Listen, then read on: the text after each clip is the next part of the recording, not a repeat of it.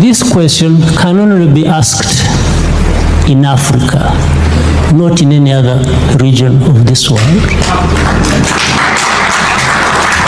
Aid is more political than anything else. For me, when I'm watching on television and I find our leaders who should have been working together all along to address these problems that commonly affect their countries, wait until they are invited to go to Europe to sit there and just... In fact, the image it gives is that we are not there to even address these problems. We are there for a photo opportunity. We are happy to sit there in Paris with the President of France and just talk about addressing problems. Are fully aware of the enemies to Africa's development, and yet somehow they're incapable of addressing them. We know when it comes to West Africa, the document that African countries were meant to sign as they attained their quote-unquote independence, the document that's labeled the Pact for the Continuation of Colonization. On one hand, we are giving you your independence, but on the other hand, we want you to sign this document, agreeing to continue to be colonized. And if you choose not to sign this document, in my pocket, I have a gun that has your name. So it is that Guinea and Mali, they chose not to sign the document. History tells us that France moved into those countries, poured concrete into the sewage pipes, destroyed schools, hospitals, roads.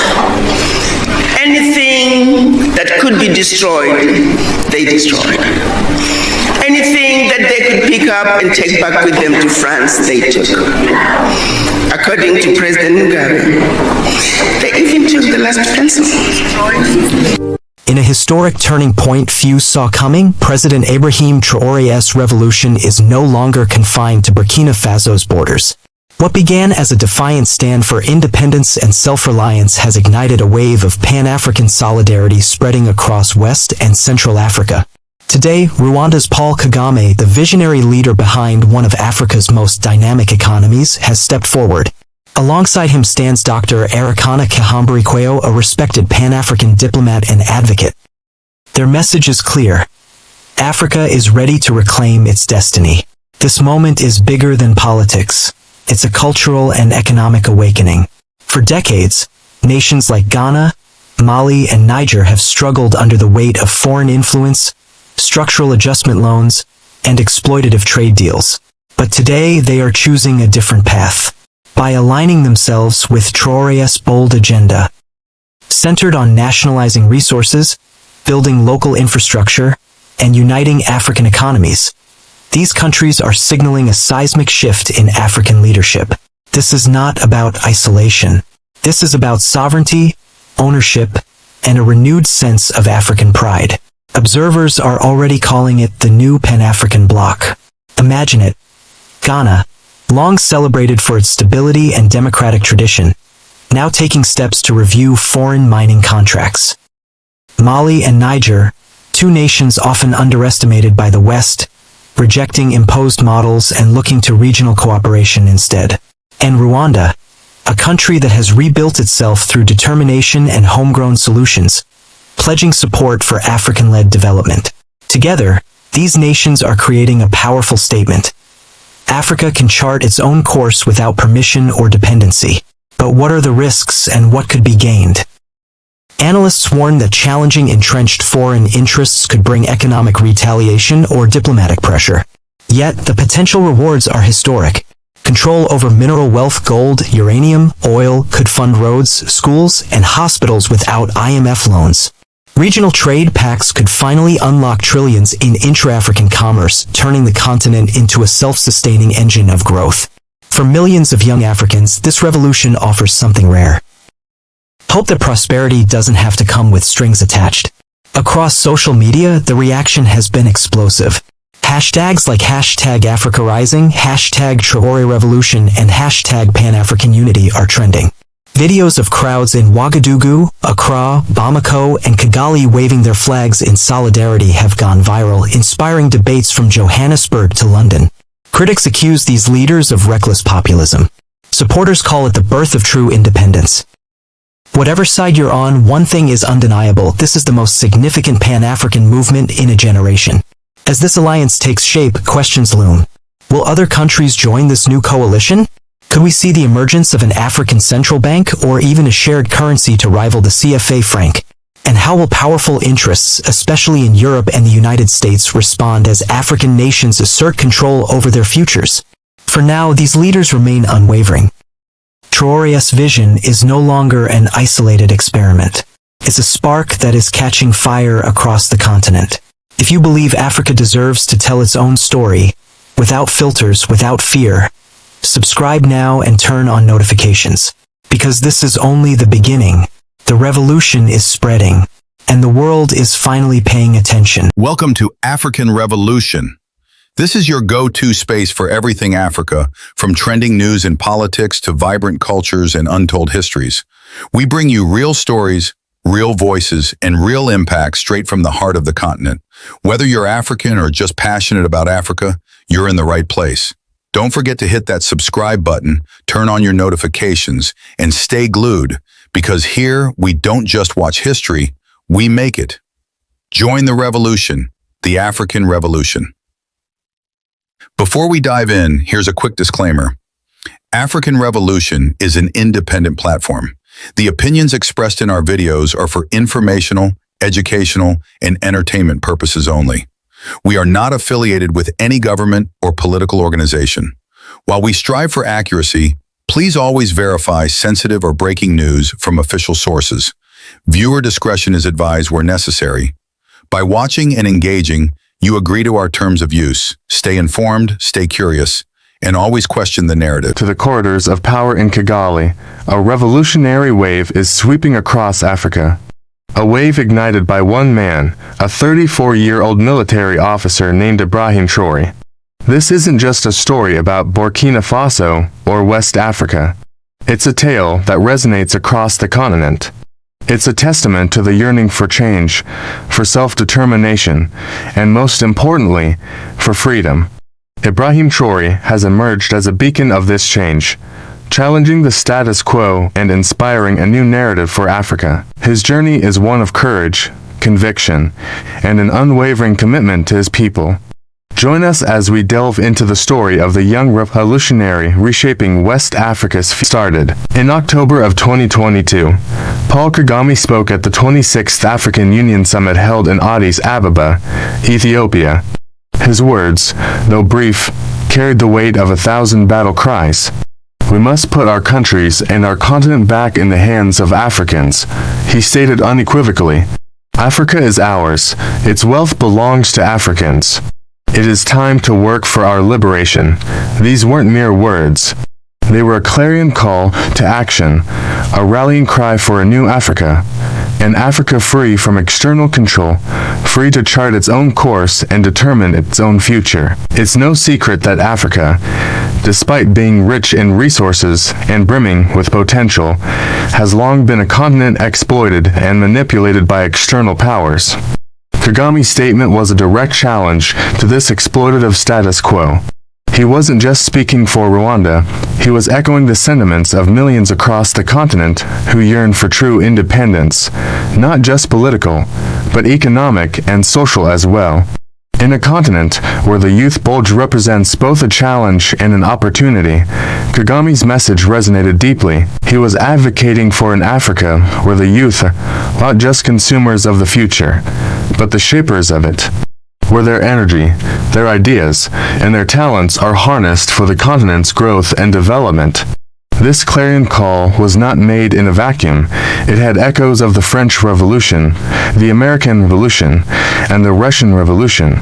It harkened back to a time when ordinary citizens dared to challenge the established order, demanding not just representation, but true participation in shaping their societies. It's in this context that the story of Ibrahim Traoré becomes even more compelling. A young, unassuming soldier who dared to dream of a better Burkina Faso, a soldier who saw the discontent simmering among the populace and channeled it into a movement for change. On September 30th, 2022, a date that will forever be etched in the annals of Burkina Faso's history, Ibrahim Traoré and his fellow patriots executed a coup d'etat. It wasn't just a military takeover. It was a popular uprising backed by the very people whose grievances had been ignored for far too long. Traoré's rise to power wasn't a sudden eruption. It was the culmination of years of simmering discontent, a powder keg of societal issues just waiting for a spark. He provided that spark. Born in 1988 in the small town of Kambiseri, central Burkina Faso, Traoré's journey to the pinnacle of power was paved with dedication and a deep sense of duty. He attended the prestigious military academy of Ghana in Accra, returning to Burkina Faso in 2012 as the commissioned officer. Unlike many of his peers, Traoré wasn't content with the conventional military life. He yearned for more, driven by an insatiable desire to serve his nation in an even greater capacity. His chance came sooner than he expected. In January 2022, Burkina Faso found itself at a crossroads. A series of protests against the government of President Paul-Henri Damiba had escalated, leading to growing instability and uncertainty about the country's future. It was a moment of crisis, a test of leadership and patriotism. Seizing the moment, Traoré stepped forward. He didn't hesitate. He led a group of soldiers in a daring move, ousting Damiba and assuming the role of transitional leader. For many, this would have been the pinnacle of ambition, but Traoré's journey was far from over. He faced numerous challenges, including threats from various factions and the daunting task of stabilizing a country on the brink of chaos. Yet Traoré stood firm, guided by his principles and a clear vision for the nation. He navigated these challenges with a mix of charisma, determination, and an uncanny ability to connect with the people. Under his leadership, Burkina Faso began to heal. The streets of Ouagadougou, once tense with protest, now echoed with hope. The country was on the path to recovery, all thanks to the bold steps taken by a young, unassuming leader. However, the true measure of a great leader lies not in the position of power, but in the positive impact they have on the lives of their people.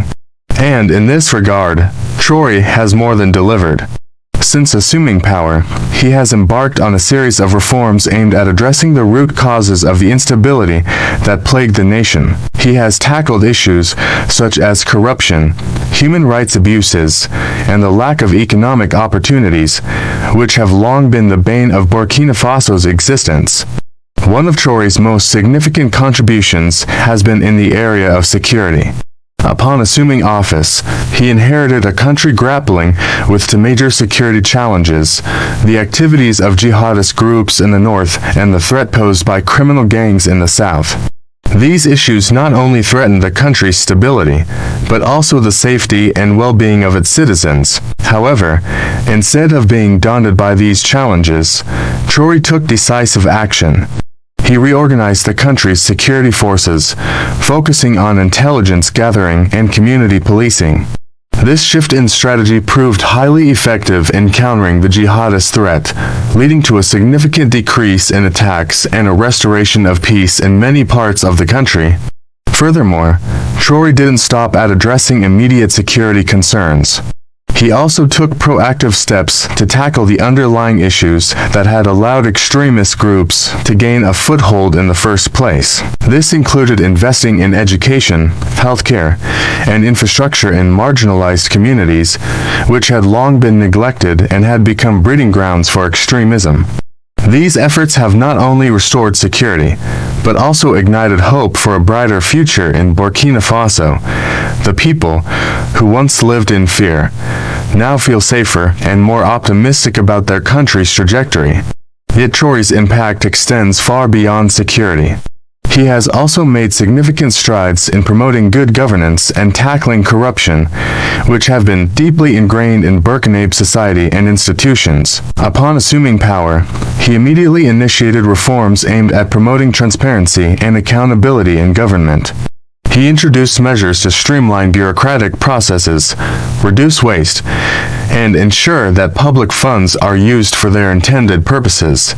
Additionally, he has taken steps to strengthen the rule of law and uphold human rights, which were severely curtailed under previous regimes. These reforms have been met with mixed reactions. While some have praised them as necessary steps towards democracy and good governance, others have criticized them as attempts to consolidate power. However, it is too early to make a definitive judgment. Only time will tell whether these reforms will lead to meaningful change or remain as mere symbolic gestures. Nevertheless, one thing is clear. Ibrahim Traoré has emerged as a symbol of hope for a nation that has long suffered under the weight of bad governance and insecurity. Despite the challenges and controversies, one thing is certain. Ibrahim Traoré has changed the narrative for Burkina Faso and by extension, West Africa. He has shown that it is possible to challenge the status quo and fight for a better future. As the revolutionary wave he ignited continues to spread, it is clear that Traoré's impact will be felt far beyond the borders of Burkina Faso. His story is a beacon of hope for many, a testament to the power of courage and conviction. The next chapter of West Africa's history is being written, and Ibrahim Traoré is leading the way. Whether the final product will be a masterpiece or a tragedy remains to be seen. But one thing is certain, the ink of change has been spilled and there's no going back.